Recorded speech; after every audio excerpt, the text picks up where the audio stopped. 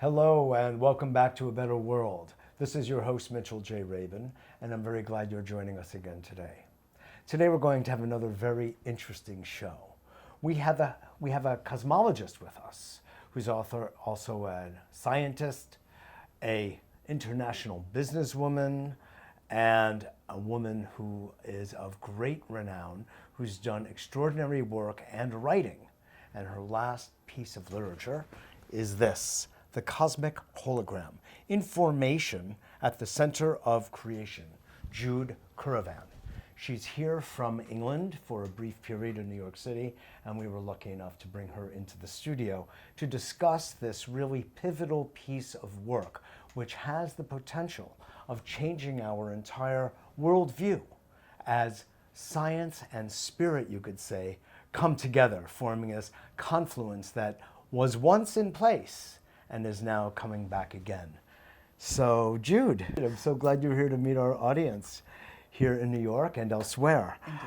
You know, your work is formidable, as I was saying, and it really kind of comes together, bringing elements that have been somewhat disparate. I say that there was a divorce that was organized by the Catholic Church.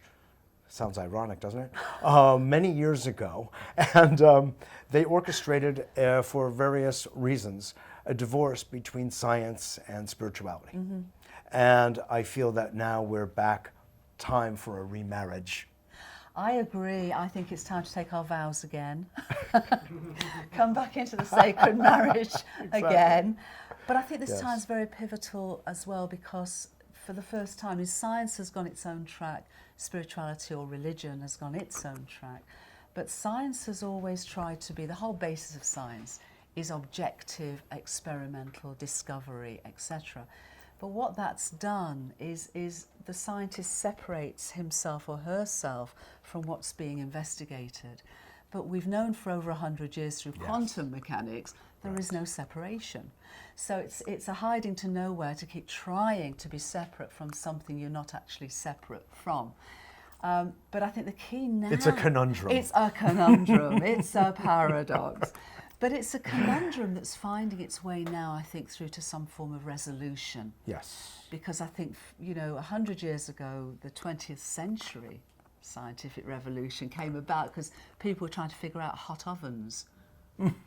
Hot ovens. And realising... That's interesting. Well, it is. It's so basic, isn't it? And yet they thought that that heat had infinite wavelengths, because that's what the theory was saying.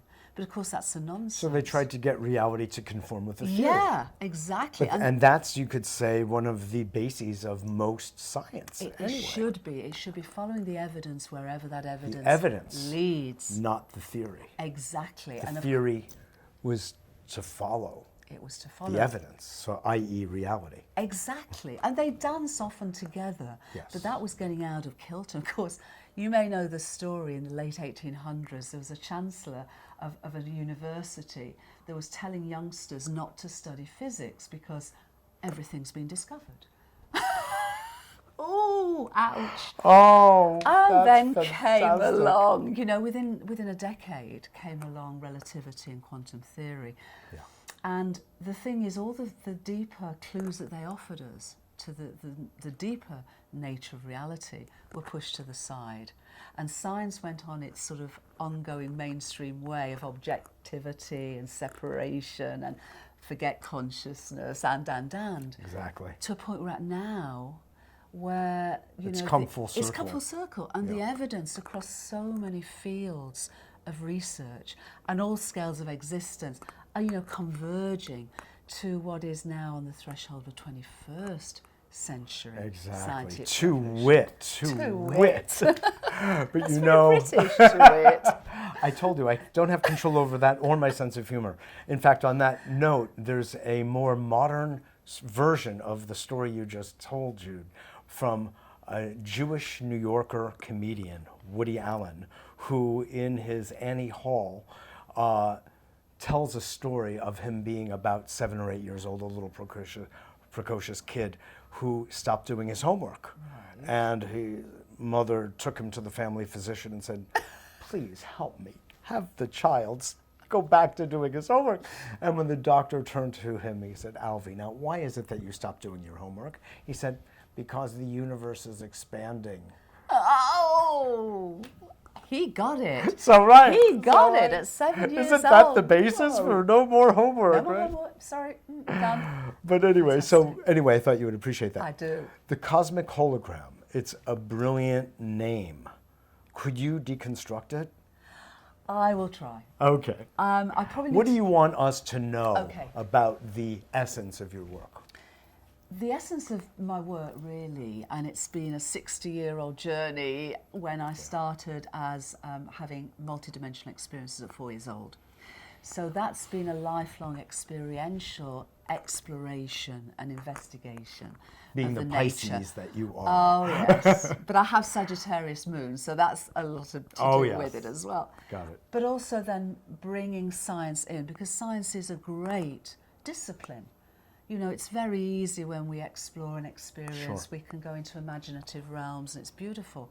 But for me, it felt very important that we meld all of that deep Gnostic experiential understanding with science, which at its best is a very powerful tool to understand the nature of reality, if and only if it truly follows where the evidence leads. So that's been my lifelong journey. But what the cosmic hologram is about is literally reconciling science with spirituality. But at a time we've sort of touched it, we've sort of had a sense of it. Quantum physics gave us a lot of clues, as did relativity. But each of themselves wasn't sufficient, and we now are beginning to understand why. Leading edge science is understanding that information, the same digitized information that pervades all our technologies, is exactly the same as digitized information, bits of information, which essentially don't just underpin and pervade what we call reality, but is the most fundamental stuff of reality, more fundamental than energy and matter, which of course is quantum physics, more primary than space-time, which is called relativity. Right. So the beauty of this is when we start to restate the laws of physics as algorithms of information, enabling our universe to exist and evolve, and taking from 2 laws of thermodynamics to 2 laws of information, voila, on the way we actually can restate quantum physics and relativity theory as complementary expressions of information. The holographic bit comes in because cosmologists are also realizing that the best way for our universe to be able to evolve, as you said, as Woody said all those years ago, is for what we call reality essentially being a projection, if you want to call it that, Of consciousness. of consciousness from a holographic boundary of what we call space-time. So in that sense, from the beginning of our universe, 13.8 billion years ago, not as a big bang, but as a big breath, exquisitely ordered. I remember it well. Oh, you do? You were there at the time. Well, yeah. We both were, yeah. I recognized you right away. Absolutely. So it's been this amazing journey. Yeah. But as a result, the way that reality is constructed by consciousness means that time flows as the accumulation of information, and space expands because, you know, just as a balloon, as it grows, if you have the same tiny little pixelation on its surface, the greater the surface, the greater numbers of pixels, the more information. And so it explained by restating reality as informed, not random data, but patterned, intentional information. Inform. Inform. Yeah. On every scale we're discovering this, on every level, on every realm, you know, on every field of research, this is coming through.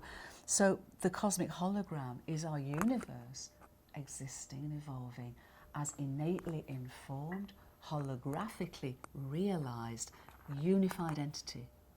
Because in unification, this explains why, on the one hand, you know, things like telepathy, remote viewing, precognition, Sure. are all part of the deal. One mind, One so mind. to speak. Literally, Sure. universe soul. Yes, Of which indeed. we're microcosmic co-creators. Exactly.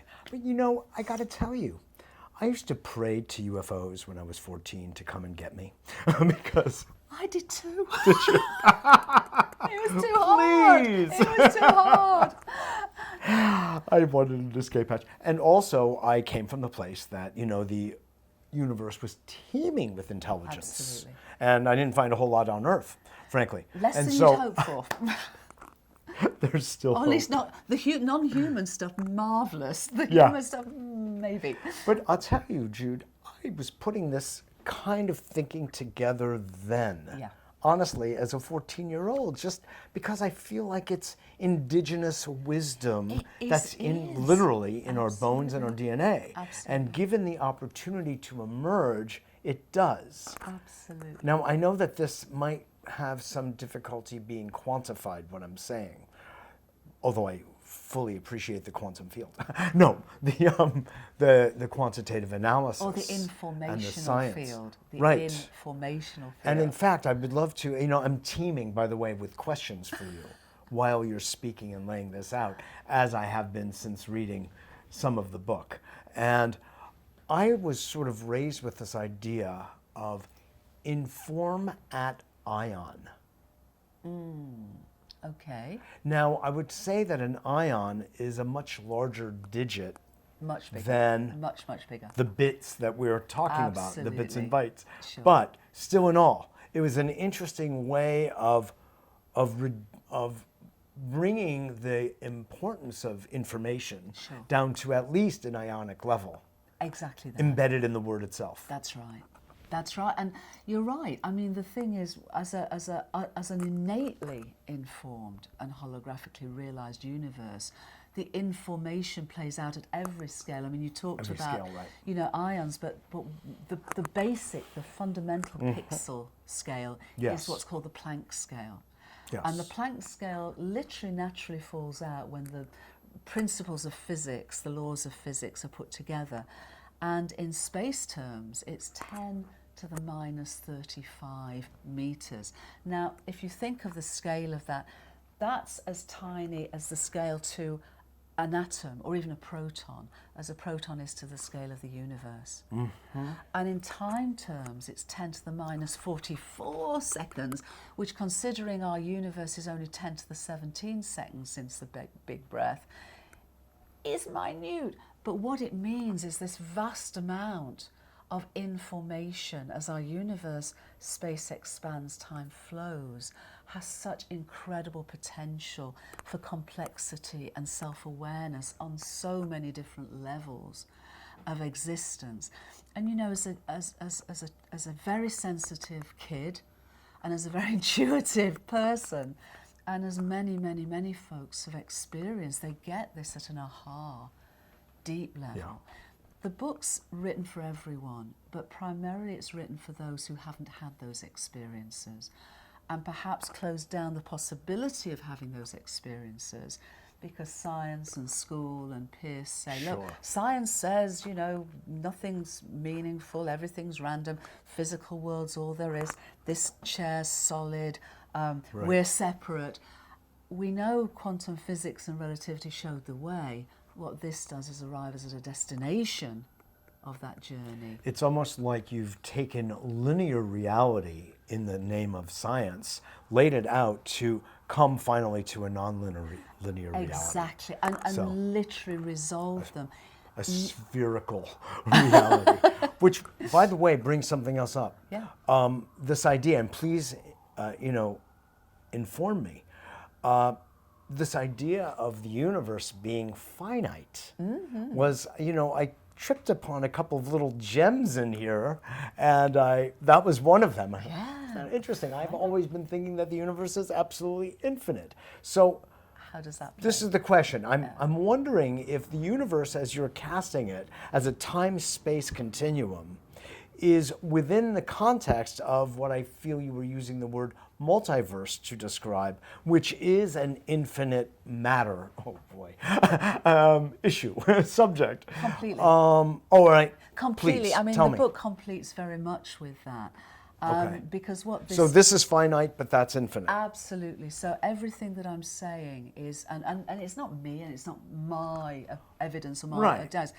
I'm You've showing the accrued. evidence from cosmology, and what cosmology is showing is a number of things which powerfully suggests that our universe of itself is finite, with a beginning 13.8 billion years ago, ever expanding, a life story, and an end point of releasing perhaps its accumulated perspective back to the cosmic plenum. But the evidence for this is a number of things. First of all, our universe began in a finite way.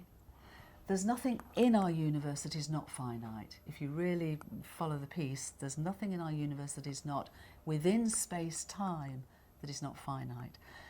The relic electromagnetism, the fields from the beginning of the Big Breath, called the cosmic microwave background, it goes back to goes back to hot ovens 100 years ago. The reason quantum theory showed that all energy matter is quantized and not infinite is because there were not infinite wavelengths coming out of a hot oven. Now that's the same with the cosmic microwave This is interesting. Yeah. background. No, I'm with you. There's cut-offs in wavelengths. If our universe was infinite, there would not be a cut-off. There is.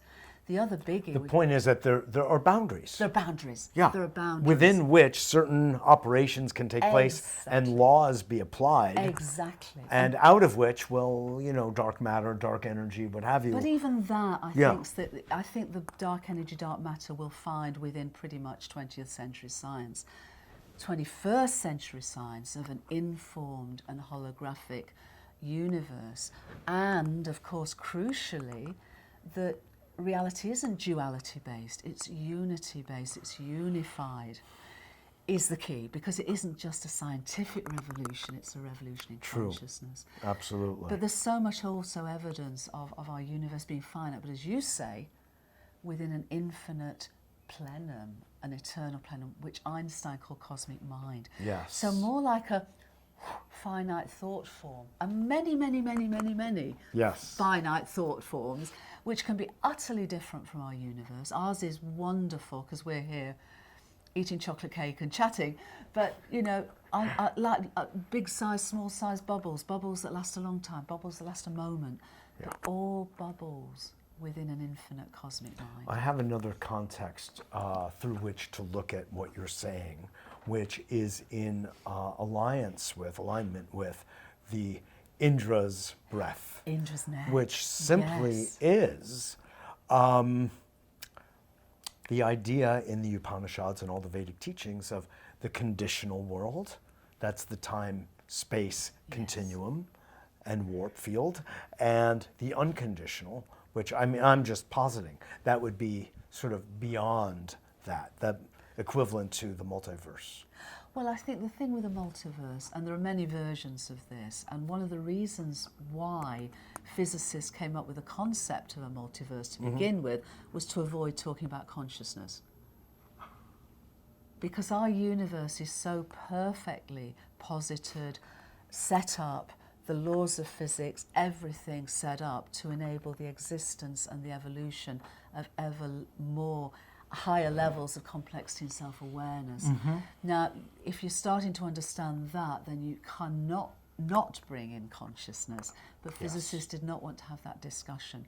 So when our universe was discovered to be set up in such an amazingly, exquisitely ordered and fine-tuned way, the knee-jerk reaction was, well, there must be the equivalent number of other universes, and ours is just a random outpouring of And the whole idea of parallel universes and all of that, what was I reading recently? It was just it's nonsense. Completely nonsense. And, it really... Actually, you make that point here. Yeah, but it's not just me making that point. No. It's a whole physicist's story of...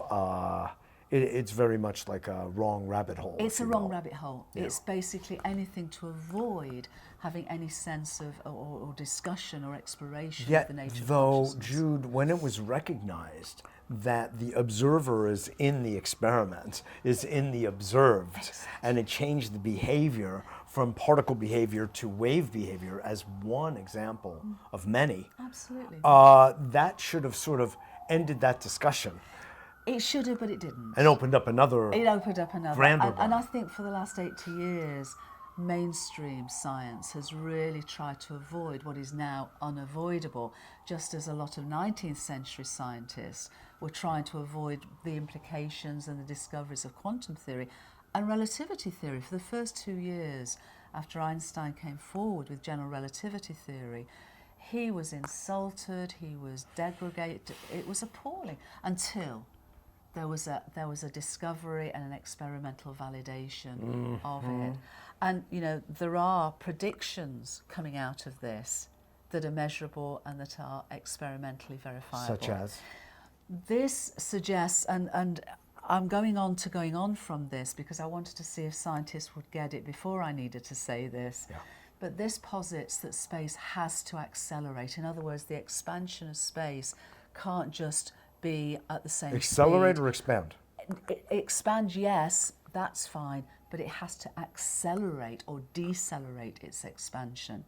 And that's all to do with gravity and the equivalence of gravity and acceleration, and the fact that both are informationally entropic. In other words, the past has less information than the present, which has less information than the future. So when you look at gravity in those terms, not trying to get quantum gravity, because that's never going to happen, because that's not the way it works. And now when you look at it informationally, you understand why that doesn't work.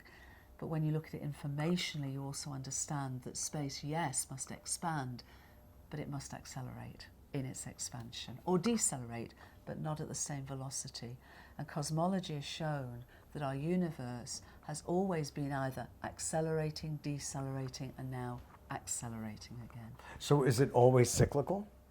That's not saying that's cyclical. It's part of a process that actually goes from the beginning of space-time in a universe soul's cycle, a life story, a lifetime. Yes. But it's not cyclical in the sense it goes back. It's just, oh, right. Yeah. So right. So you can have acceleration, then deceleration, then acceleration again. But all the time, space is expanding. And that what are then the implications for us? And when somebody has a so-called unified field experience, so to speak, which I had as a youngster, and I know you have too, and it changes your entire worldview. Yes, it does. So when one integrates, and like in a kind of a gestaltic moment, gets what you're saying here, how does that then change our daily living? This is crucial, because I didn't write the book for scientists. I wrote the book for everybody at the scale of our everyday lives. Yeah. Because what this is showing, and I put out the evidence across all scales of existence and all fields, are showing that the same informational patterns that underpin the so-called natural world underpin all human behaviours. So for example, the internet, all the nodes, all the structures, the dynamic evolution of the internet embodies exactly the same fractal patterns as does ecosystems. Yeah? Cities grow in the same way as galaxies form. The incidence and the destructive power of human conflicts, when plotted in terms of that relationship between frequency and human fatalities, is exactly the same relationships that underpin earthquakes in terms of their frequency and destructive power. We're finding that there's absolutely no difference between human pattern behaviours and the natural world. Exactly. Very interesting. However, being the seat of consciousness that we are, and as you make the very good point, we are consciousness. We don't have it. If anything, it has us. Right. And the whole world. The whole world. Absolutely. Right. The entire universe is conscious on a certain level. Yes. With that said, within consciousness is also will, Of course. preference, Yes. willingness. Yes. With that said, Yes. can we exercise our consciousness to shift those seeming impending probabilities of human conflict, war, absolutely. even hurricanes and all?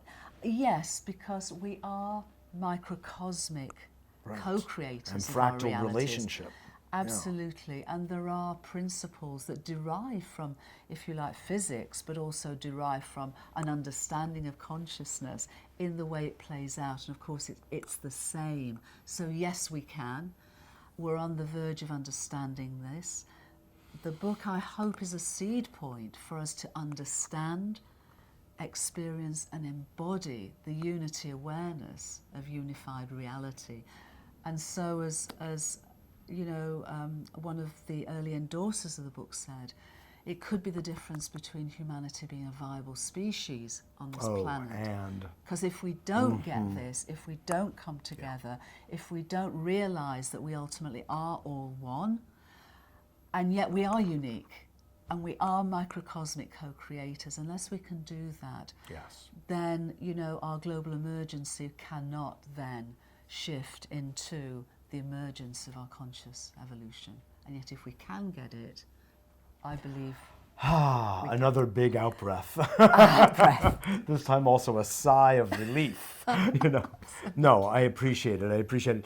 Those of us who have been connected to different wisdom traditions, East and West and in between, have been saying this without the scientific underpinning necessarily for a long time. And sort of we have to get the unified field reality of existence in order to survive. Absolutely, but science has such a sway in terms of our, you know, comfort blanket of this is the nature of reality. Exactly. So until science, which it is now, coming to this same perspective, we haven't yet until now had the evidence, the scientifically based evidence. And that's why I would have loved an easy time to write this book without the scientific evidence, but that's not what was coming through. Now we've got the evidence. Exactly. We have that validation. We've got that verification. You know, Well, we can, in the religion of the day, exactly. which is science, which, you know, but reconciles with all of those ancient perspectives. Of course it but does. just brings that, if you like, legitimacy to the deeper, authentic experience. You know, it would be funny, Jude, and we're out of time, I see. However, if it were actually inverted, science was being legitimized by the ancient story of the indigenous wisdom. And in a way it is. Kind of funny, right? It probably won't ever admit to it, but it is. It is. It is. Well, listen, my dear, it has been so wonderful. Thank you for your good work. Bless you, Mitchell. It's really thank you. And thanks boding everybody. well for the future. Thank you so much. And thanks everybody for watching us.